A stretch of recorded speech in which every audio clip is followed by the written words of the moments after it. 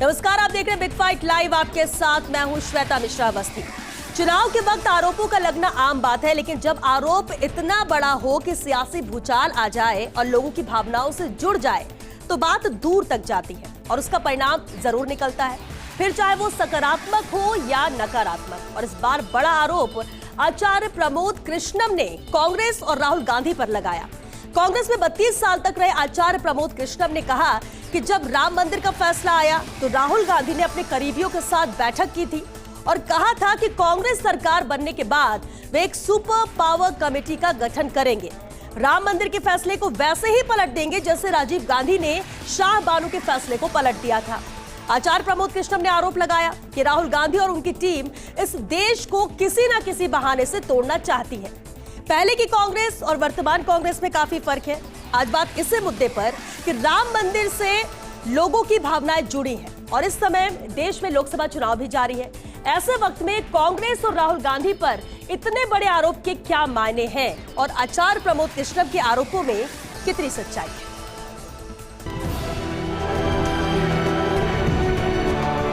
मैं कांग्रेस में 32 साल से भी ज्यादा समय मेरा बीता है। राहुल गांधी जी ने अमेरिका के रहने वाले अपने एक शुभचिंतक के कहने पर, इशारे पर, सलाह पर यह बात कही थी, तो हम सुपर पावर कमीशन बना करके राम मंदिर के फैसले को पलट देंगे।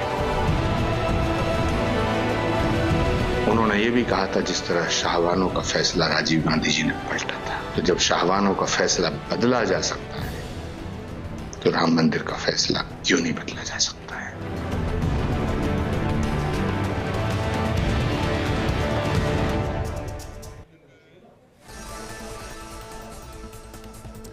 तो सुना आपने कितना बड़ा आरोप यहां पर लगाया है आचार्य प्रमोद कृष्णम ने। चलिए इसी खास मुद्दे पर चर्चा के लिए खास मेहमान हमारे साथ जुड़ चुके हैं। सबसे पहले उनसे रूबरू करा दे आपको। हमारे साथ बीजेपी प्रवक्ता पंकज मीणा जी है, बहुत स्वागत है पंकज जी आपका। साथ ही हमारे साथ कांग्रेस जिला अध्यक्ष जयपुर आर तिवारी जी भी चर्चा में शामिल हुए, बहुत स्वागत है आर तिवारी जी आपका भी। कुछ ही देर में कुछ और मेहमान भी हमारे साथ जुड़ेंगे, लेकिन शुरुआत तिवारी जी आपसे ही करते हैं क्योंकि ये जो बड़ा आरोप है वो कांग्रेस पर लगा है, राहुल गांधी पर लगा है।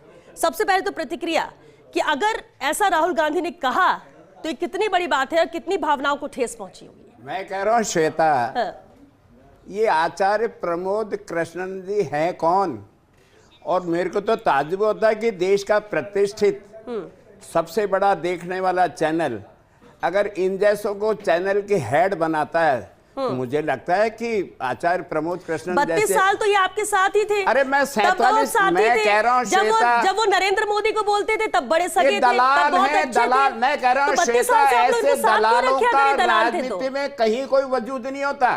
कल तक ये कांग्रेस के दलाल थे, आज ये देश के प्रधानमंत्री जी के दलाल हैं। अगर ऐसी बात कहनी थी तो इन महाराज को कहते क्या, जो कल के महाराज हैं, जो पलक पावड़े बिछाते हैं नरेंद्र मोदी के सामने, अपने मंदिर के लिए करोड़ों रुपए लेते हैं केवल इसलिए कि पैसा चाहिए। ऐसी सनसनीखेज खबरें तो आपने और देश के चैनलों ने चलाई। जननायक अशोक गहलोत का एक हुआ करता था ओएसडी, क्या तो उनकी औकात, लेकिन आपने चूंकि 26 तारीख को मतदान होने वाला था और 24 तारीख की रात को प्रेस कॉन्फ्रेंस करके देश के नेशनल मीडिया ने उसको हीरो बना दिया। कल सुबह 7 बजे मतदान होने वाला है और आचार्य प्रमोद कृष्ण देश के बड़े नेता। अच्छा ठीक है, आपने बड़ी बात कही, आपने बड़ी बात की कि ये कल तक कांग्रेस के लिए दलाली करते थे, आप बीजेपी के लिए करते थे, तो दलाली क्यों करवा रहे थे आप? जब आपको पता था ये दलाल है, इनका यही काम है, तो क्यों कांग्रेस ने साथ रखा? वो भी 32 साल तक, 3 दशक से ज्यादा। दलालों का कोई दल नहीं होता, उनको पैसा कमाना होता है, जहां उनको पैसा मिल जाए। यानी कांग्रेस पैसा दे रही थी उन्हें, पैसा कांग्रेस से वो कमा रहे थे। लंबे समय तक चूंकि कांग्रेस सत्ता में रही, गांधी परिवार तो नहीं रहा, लेकिन सत्ता के गलियारों में कहीं ना कहीं माल कमाने वाले बाबा बन जाते हैं, कोई साधु बन जाते हैं, कोई साधु बन जाते हैं, कोई ओएसडी बन जाते हैं। और अचानक राहुल गांधी जी ने अपने एक विश्वसनीय जी को कहा, कितनी बड़ी सनसनीखेज है ये न्यूज। शर्म आती है कि ऐसे लोगों को जो पैसे के खातिर में बिक जाते हैं और आज देश के प्रधानमंत्री ऐसे लोगों को प्रेशर देते हैं, ये भी एक शर्म की बात है। ठीक है, यानी आप ये कह रहे हैं कि कल तीसरे चरण का मतदान है, उससे पहले उनका ये बयान आना, ये बिक चुके हैं और इसलिए इन्होंने ऐसा बयान दिया। ऐसा कुछ हुआ नहीं है, राहुल गांधी ने ऐसा कुछ कहा नहीं है। कुछ ऐसे और इनसे कहते हैं कि ये क्या है हमारे कांग्रेस में क्या पदाधिकारी थे। रिएक्शन एक ले लेते हैं। पंकज मीणा जी, इनके बयान को गंभीरता से ना लिया जाए, ये दलाल है, कल तक कांग्रेस की दलाली करते थे, अब बीजेपी की करते हैं, ये अब आपके साथ है और ये ऐसा बोल रहे हैं राहुल गांधी के लिए, क्या गंभीरता से ना ले इस बयान को देश की जनता? आज के लगभग 2400 साल पहले आचार्य चाणक्य ने कहा था कि विदेशी महिला की कोख से जन्मा बच्चा कभी राजा नहीं बन सकता। शर्म आनी चाहिए, वो विदेशी अरे महिला शर्म आपको आनी चाहिए यार, आप एक विदेशी की गुलामी कर रहे हो या बैठे बैठे चिल्ला रहे हो। अरे शर्म आपको आनी चाहिए। कितने तलवे चाटोगे, अरे कितने तलवे चाटोगे, मुझे ये बताइए कब तक तलवे चाटते रहोगे? आज कांग्रेस बर्बाद हो गई, आपको शर्म नहीं आ रही? 139 साल पुरानी पार्टी बर्बाद हो गई और आप तलवे चाटते चाटते अभी तक परेशान नहीं हुए। शर्म आप लोगों को नहीं आती? 70 साल सोनिया गांधी, एक मिनट, तिवारी जी, विदेशी महिला कब तक चलाओगे? वो सुषमा स्वराज हार चुकी थी विदेशी महिला से। तिवारी जी ठीक है। पंकज जी, विदेशी महिला जो भी हो लेकिन देश की तो बहू है, ये तो सही बात उन्होंने कही। अब कोई क्या है, किसके कौन क्या कहता है, ये अलग बात है, राजनीति से इतर बात। यहाँ पर राहुल गांधी को लेकर जो आरोप कृष्णन ने लगाया है, आचार्य प्रमोद कृष्णन ने, सवाल उस पर, क्या उस पर भरोसा किया जाए? जो भी तिवारी जी ने कहा उसी पर एक जवाब पहले ले लेते हैं। देखिए बिल्कुल मैं सही कह रहा हूं, मैंने अभी तो लाइन बोलना ही शुरू किया था, परंतु जो दलाल टाइप के लोग हैं उनको किस प्रकार से मिर्ची लगती है आप ये देखिए। जो कांग्रेस से बाहर निकल गया, जिसने सच्चाई बोल दी, वो तो दलाल है, और जो चाटुकारिता कर रहा है वो साहब कांग्रेस है, असली कांग्रेस है। आप देखिए कांग्रेस का दुर्भाग्य यही है, 129 साल पुरानी पार्टी आज बर्बादी के कगार पे इसीलिए है कि चाटुकारिता से घिरे हुए हैं। ये राहुल गांधी जो कहते हैं ना कि अपने सिपला सलार से राय करते हैं, वो सारे सिपला सलार ऐसे ही चाटुकार हैं। ये बात स्वयं राहुल गांधी खुद भी कह चुके हैं जब उन्होंने अपना राष्ट्रीय अध्यक्ष का पद छोड़ा था। दूसरी बात आचार्य प्रमोद कृष्ण की, मैं आचार्य प्रमोद कृष्ण की बात नहीं करूंगा। आज ये चौथे प्रवक्ता है कांग्रेस के, मैं प्रवक्ता की बात कर रहा हूं, कोई उपाध्यक्ष या मंत्री की बात नहीं कर रहा। प्रवक्ता वो होता है जिसके ऊपर जिम्मेदारी होती है एक एक शब्द की अपने पार्टी के प्रति बोलने की। ये चौथे प्रवक्ता है जिन्होंने ऐसा बोला। क्या इससे पहले राधिका खेड़ा ने नहीं छोड़ा? क्या इससे पहले गौरव वल्लभ ने नहीं छोड़ा? इससे पहले क्या रोहन गुप्ता ने नहीं छोड़ा? ईडी सीबीआई आई थी, आपके 3 अग्रिम संगठन है, युवा मोर्चा नहीं है। अरे तो आप चोरी करते ही क्यों हो जो ईडी का डर लगे? अरे आप डाके भ्रष्टाचार करते ही क्यों हो सीबीआई का डर लगे? भैया जो चोरी करेगा। पंकज जी बात सुनिए, आप लोग सुनिए, ठीक है। इसीलिए तो सवाल है। देखिए एक बड़ा मुद्दा है राम मंदिर का रहा जिस तरह से हुआ, और आज हम देखते हैं अयोध्या में देखते हैं गंगा जमनी तहजीब नजर आती है, हिंदू मुस्लिम भाई सब साथ में रहते हैं, फैसले का सभी ने स्वागत किया, वहां सब सुकून में है, लेकिन बाहर सब यहाँ पर सवाल उठाते। चलिए हमारे साथ मुस्लिम स्कॉलर, 2009 में हलफनामा किसने दिया था? पंकज जी एक सेकेंड, हमारे साथ मुस्लिम स्कॉलर मोहसिन रशीद जी भी जुड़ चुके। मोहसिन जी स्वागत है आपका इस डिबेट में। मोहसिन जी आपने भी सुना क्या कह रहा था आचार्य प्रमोद कृष्णन का, इसे लेकर सबसे पहले तो आपकी प्रतिक्रिया चाहेंगे, इसके बाद फिर हम इस चर्चा को आगे बढ़ाते हैं। देखिए श्वेता जी, मैं बस एक बात पूछना चाहता हूँ कि अगर ये फैसला आया था आई थिंक 2019 नवंबर, बिल्कुल एग्जैक्टली। तो अगर मैं सिर्फ इस देश के हिंदुओं से एक सवाल करना चाहता हूँ कि अगर आचार्य प्रमोद कृष्णम को 2019-20 में ये बात पता चल गई थी तो वो किस बात का इंतजार कर रहे थे? अगर मुझे जिस पे मेरी आस्था हो, जिसके लिए मैं अपनी जान देने को तैयार हूं, अगर ऐसी शक्ति या ऐसे भगवान के बारे में मुझे कोई ऐसी बात पता चल जाएगी कि मेरा साथ वाला ऐसी कॉन्स्पिरेसी कर रहा है कि उसके मंदिर को तोड़ने की प्लानिंग कर रहा है, जजमेंट को आने के बाद वापस पलटने की प्लानिंग कर रहा है, तो मेरी नजर में मैं तो अपनी जान दे देना पसंद करूंगा ऐसे आदमी के साथ देने से बेहतर। मैं सिर्फ ये पूछना चाहता हूं आचार्य प्रमोद कृष्णम को कौन सी लालच ने या कौन से लाभ के इंतजार ने रोक रखा था कि वो जिसको भगवान मानते हैं उसके मंदिर पे आंच आने की बात को भी 2024 की इलेक्शन की रात तक उस बात को अपने दिल में रोके रखे? क्या वजह थी कि उनका खून उस वक्त जोश नहीं मारा? कि भगवान से मोहब्बत, मंदिरों से प्यार, बीजेपी से प्यार और राहुल गांधी के ऐसे स्टेटमेंट इलेक्शन से एक रात पहले क्यों सामने आते हैं? मुझे सिर्फ ये बता दें आचार्य प्रमोद कृष्णम कि अगर उनके दिल में राम जी के लिए आस्था थी तो ऐसी बात को किस लालच के लिए वो इतने साल तक अपने दिल में दबा के रखे? ठीक है, पूछ दीजिए। बिल्कुल, ये जायज सवाल आपने किया पंकज जी, इसका जवाब, और इसलिए सवाल उठ रहा है कि आज ही क्यों? देखिए निश्चित रूप से इसका जवाब आचार्य प्रमोद कृष्णन ज्यादा अच्छा देंगे, परंतु मैं आपको एक कंसिक्वेंस समझाना चाहता हूं। आपने 2009 में हलफनामा दिया कि भगवान राम कोई है नहीं, काल्पनिक है। जब राम मंदिर बन रहा था तब पूरी कांग्रेस ने बहिष्कार किया राम मंदिर के दर्शन का। और मेरे को जितनी मेरी याददाश्त है, राहुल गांधी जी अभी तक भी राम मंदिर दर्शन करने नहीं पहुंचे हैं। एक राहुल गांधी जी वो है जो किसी जमाने में इलेक्शन टाइम में अपना क्या नाम है, अंदर से जनेऊ निकालते हैं और कहते हैं कि मैं दत्तात्रेय गोत्र का ब्राह्मण हूं। वो दत्तात्रेय गोत्र का ब्राह्मण आज तक भगवान राम के मंदिर में क्यों नहीं गया? ये सनातन धर्म, देश के प्रत्येक हिंदू का सनातन धर्म है। ठेकेदार मत बनो। भारतीय जनता पार्टी का नेता कहेगा कोई जाएगा क्या? आप कौन होते हो? जनेऊ पहनेंगे या नहीं पहनेंगे? मंदिर में हम कब जाएंगे या नहीं जाएंगे? और फिर भी सारी लाट टपक रही है। अरे अब तो छोड़ देश को यार, 4 पीढ़ी ने लूट लिया देश को। अभी आपको शर्म नहीं आ रही क्या? भारतीय अब मैं जनता किससे चुनाव पार्टी शुरू करूं? चलिए ठीक है, एक सेकंड। राजीव गांधी का, सोनिया गांधी का, पंकज जी, तिवारी जी, एक मिनट रुकिए। मोहसिन रशीद जी, देखिए आपने सवाल तो किया, लेकिन साथ ही अब ये सवाल भी उठता है कि चुनाव के एक दिन पहले इस तरह का बयान आना क्या मायने हैं, और वाकई में अगर लालच था तो वो लालच क्या था? ठीक है, अब ये तो बेहतर है कि वो वही जवाब दे पाएंगे इसके पीछे उनका मकसद क्या था, लेकिन क्या इस बयान से चुनाव में कोई इंपैक्ट होगा, कोई असर होगा? क्या कोई अपनी जो सोच जिस भी कैंडिडेट या पार्टी के साथ रख रहा होगा उसमें कोई बदलाव हो जाएगा? आपको लगता है फर्क पड़ेगा इस लिहाज से ऐसा हुआ? मैं एक बात समझता हूँ श्वेता जी, जो लोग आचार्य प्रमोद कृष्णम को इतना सिंसियर मानते होंगे कि उनके इलेक्शन की रात के दिए हुए बयान से उन्हें फर्क पड़ेगा, वो आचार्य प्रमोद कृष्णम के इस बयान को भी सच मानेंगे। ये इसका जवाब मैं बीजेपी के पंकज जी से भी लेना चाहूंगा। आचार्य प्रमोद कृष्णम ने खुले आम माइक पर, स्टेज पर यह कहा था कि सबसे पहला वो जो वार करेंगे, जो आगे काम करेंगे, वो जातिगत आरक्षण को खत्म करने का करेंगे। तो जो लोग आचार्य प्रमोद कृष्णम की इस बात को सच मानते हैं, क्या वो इस बात को भी सच मानते हैं? इसमें भी उनका समर्थन करते हैं?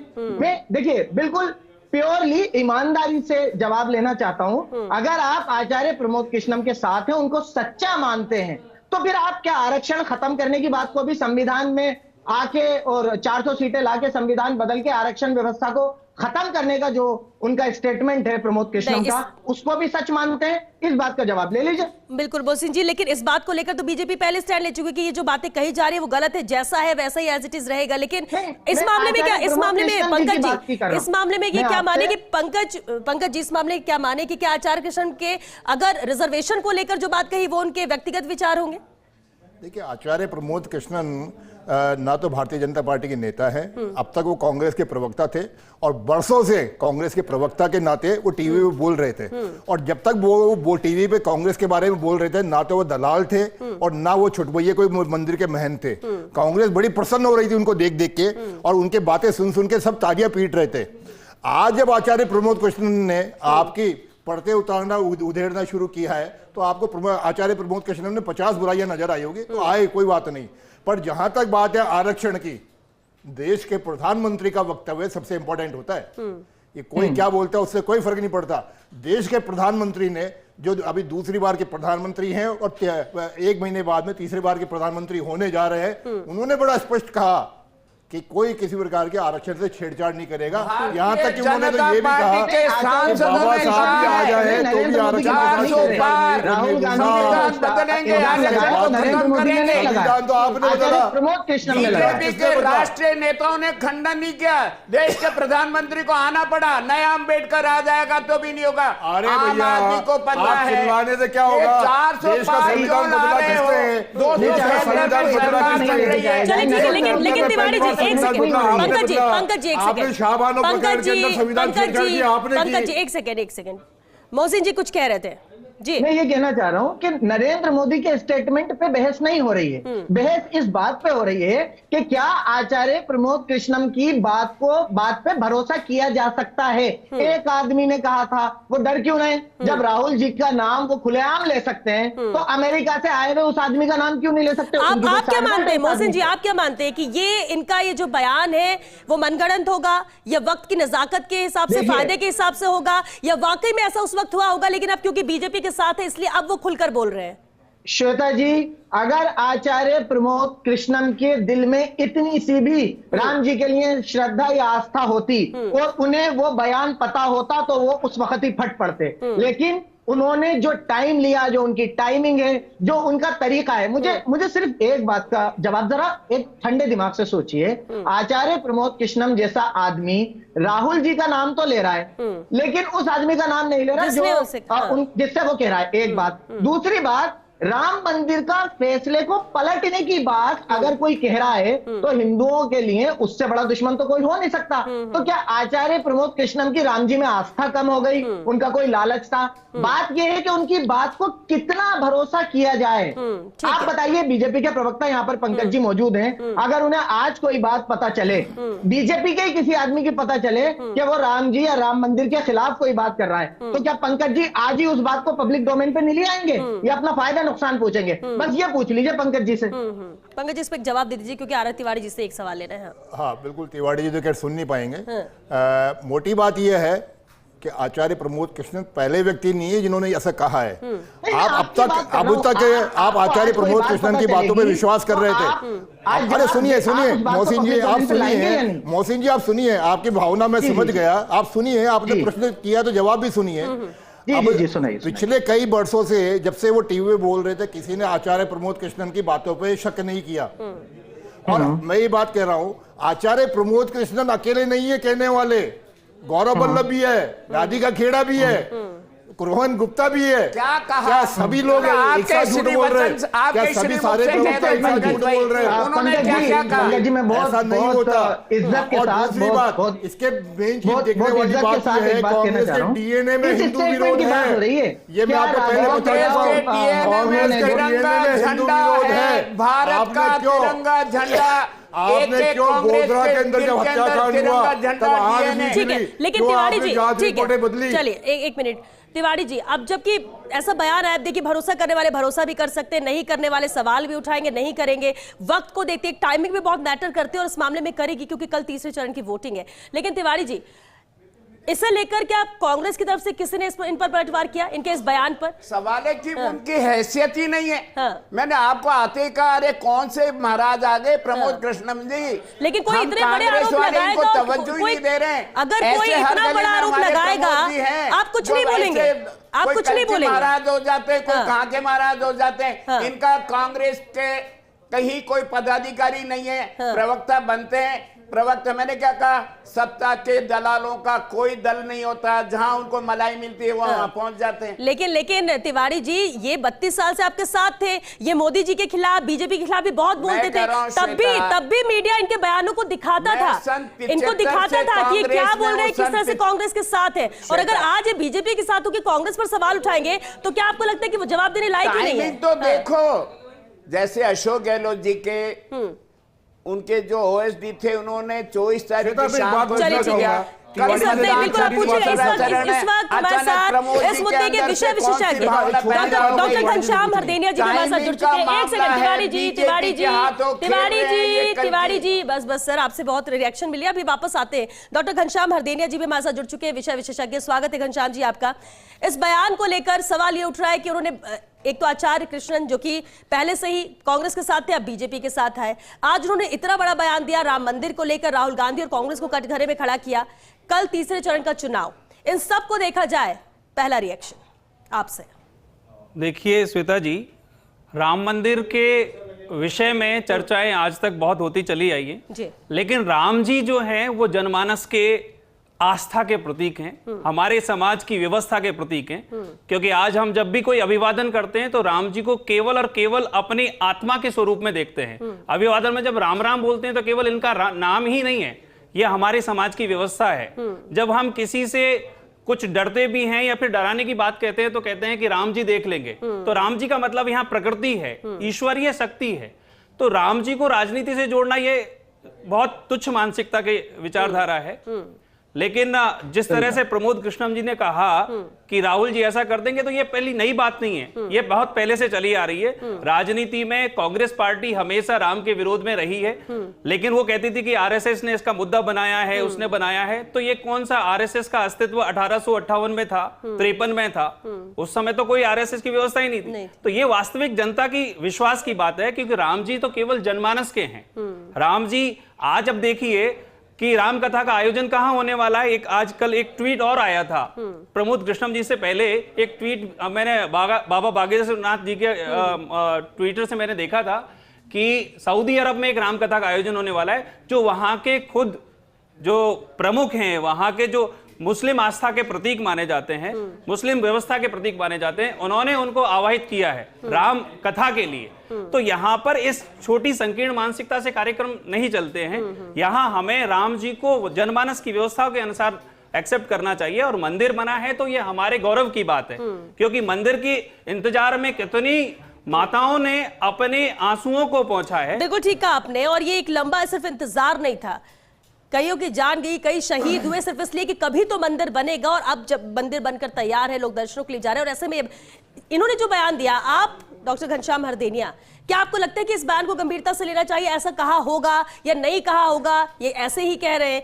आम जन कैसे ले गंभीरता से? क्योंकि जब राम मंदिर या प्रभु राम से जुड़े कोई बात आती है तो अंदर की जो भावनाएं है ना, वो जागृत होती है। तो कई साथ होते हैं, कई अगेंस्ट में खड़े होते हैं, लेकिन इनके इस बयान को कैसे लेना चाहिए? देखो, प्रमोद कृष्णम जी बहुत पुराने और कांग्रेस के वरिष्ठ नेताओं में से रहे हैं। ऐसा नहीं कह सकते कि वो अवसरवादी हैं, क्योंकि उनको हर की व्यक्ति को अपनी स्वयं की प्रतिष्ठा बहुत अच्छी लगती है। जब उनको कांग्रेस में इतनी तवज्जो नहीं दी जा रही, तो इसका मतलब कहीं ना कहीं वो सारी बातों को जानकारी सब जनता के सामने रख रहे हैं, और उनको कहीं ना कहीं कोई पुख्ता जानकारी होगी, इसी वजह से उन्होंने ऐसा समाज में कहा होगा। तो ये तो समाज की व्यवस्थाओं के अनुसार अगर हमें जनमानस की दृष्टि से देखें तो उनको सोचना चाहिए कि ये वास्तव में गलत है। इस तरह से अगर कोई एक भाई पार्टी, घनश्याम जी से एक निवेदन कर दूं, पहले तो आप इस बात से क्षमा मांगो कि कांग्रेस राम विरोधी है। जब आप पैदा नहीं थे, मेरा गांधी सुबह बिड़ला मंदिर में ये गलत करते थे, शाम को बात नहीं है। आप घनश्याम जी ये बात तो कहना हर जगह पर देखा है आपको कैसे कि कांग्रेस ने कभी भी राम का सहयोग नहीं किया है, कभी भी राम मंदिर का सहयोग नहीं किया है। जब सुप्रीम कोर्ट का आदेश जब नरेंद्र मोदी ने अपनी जेब से बनाया क्या? हमारी इसीलिए कह रहे हैं कि आपसे आप सम्मान करिए उस चीज का, जो फैसला आप सम्मान करिए सुप्रीम कोर्ट ने माना का। जब मंदिर बन चुका है, मंदिर का उद्घाटन हो चुका है। घनश्याम जी आपको अपने शब्द ये भारतीय जनता पार्टी ये उनके विचार है तिवारी जी, उनके विचारों में ऐसा लगता है। ठीक है, एक सेकंड, इन्होंने कहा राम मोहसिन रशीद जी, आप 1 रुपया खर्च करते नहीं हैं। मोहसिन जी ग्लास का वक्त खत्म हो रहा है। मोहसिन रशीद जी ग्लास का सबसे बड़ी ये लोग बिना रिसर्च के पहले भी एक महाशय अमितोष जी आए थे, उन्होंने ये कह दिया था कि सलमान खुर्शीद ने सैटानिक वर्सेस लिख दी थी। आज भी जो महाशय भी बोल रहे थे, वो भी एक ट्वीट लेके आ गए। ये सरासर फेक और झूठी बातें हैं कि सऊदी अरब में कोई रामलीला या राम कथा का आयोजन हो रहा है। कम से कम नेशनल टेलीविजन पे आपने भी बागेश्वर धाम के एक बाबा का नाम ले दिया। अगर उन्होंने ट्वीट किया है तो ये भी झूठा है। और अगर बिना सबूत के, मैं एक बात कहता हूँ श्वेता जी, मैं आपके ऊपर या मीणा जी खड़े रहे इनके ऊपर, अरे मोहसिन भाई झूठ मत बोलिए। बागेश्वर बाबा का आज का ट्वीट है, आप पहले ट्वीट देखिए उसके बाद बोलिए। अपने नाम के आगे स्कॉलर लिख लेने से आपको स्कॉलर नहीं हो जाते। आप पहले देखिए, ट्वीट देखिए। अरे आपके पास ट्वीट देख लीजिए। अगर आपके अंदर में आपको ट्वीट देखने से मना नहीं किया तो ट्वीट देख लीजिए। बागेश्वर धाम का ट्वीट मेरे लिए काबिले एतबार नहीं है। नहीं होगा, आप झूठा साबित नहीं कर सकते। पूछ रहा हूँ, आप झूठा साबित नहीं कर सकते। क्योंकि वक्त खत्म हो चुका है। पंकज जी वक्त खत्म हो चुका है। मोहसिन जी बहुत शुक्रिया आप सभी का इस चर्चा में शामिल होने के लिए, क्योंकि वक्त खत्म हो चुका है। अब देखिए, आप तवज्जो दें या ना दें आचार्य प्रमोद कृष्ण के इस बयान को, जिसे मानना है वो उस पर भरोसा करेगा, जिसे नहीं मानना है वो इसको नहीं मानेगा। वक्त भी बहुत ज्यादा अहमियत रखता है, टाइमिंग की जब बात होती है, क्योंकि जब कल वोटिंग है उससे पहले उनका आज ही बयान आना, इसलिए भी सवाल यहाँ पर खड़े हो रहे हैं। 32 साल कांग्रेस में रहे, लेकिन कांग्रेस की तरफ से कहते हैं कि वो तो दलाल है, वो तो कभी भी किसी पार्टी में चले जाते हैं, हम उन्हें गंभीरता से नहीं लेते। लेकिन इतना बड़ा आरोप लगाना, तो इसे ऐसे नजरअंदाज भी नहीं किया जा सकता, और इसलिए इस पर चर्चा करना भी जरूरी है, बात करना भी जरूरी है, और लोग इस पर चर्चा भी कर रहे हैं कि इसके क्या मायने, क्या ये बात सच हो सकती है या नहीं हो सकती। लेकिन इतना जरूर है कि वोटिंग के लिहाज से जो वोटर है उसे तो जो करना है वो तय कर लेगा, उसके लिए कौन सा बयान मायने रखेगा नहीं रखेगा ये बात की बात है। लेकिन जब अपने ही साथी कोई अंदरूनी बातें, कोई ऐसे आरोप लगाते हैं, तो कुछ ना कुछ उसमें भरोसा इसलिए भी होने लगता है कि वो तो इतने साल इनके साथ रहे, तो इनके तो सभी जो कह सकते हैं कि चीजें होंगी, फैसले होंगे या फिर चर्चाएं होंगी, उसको लेकर वो जानकारी होगी, तो हो सकता है वो सही हो। और इसलिए इसी सबके बीच में कश्मकश जारी है कि क्या इन्हें गंभीरता से लिया जाए या नहीं लिया जाए। लेकिन इतना जरूर है कि जब राम मंदिर और प्रभु श्री राम को लेकर बात होगी तो जो हिंदुत्व है, जो हिंदू है, जो राम भक्त है, उसे जरूर बुरा लगेगा और वो सामने खड़ा होकर सवाल भी करेगा और वही कर रहा है इस बयान के बाद। चलिए इसी के साथ बिग फाइट लाइव में आज के लिए बस इतना ही। नमस्कार।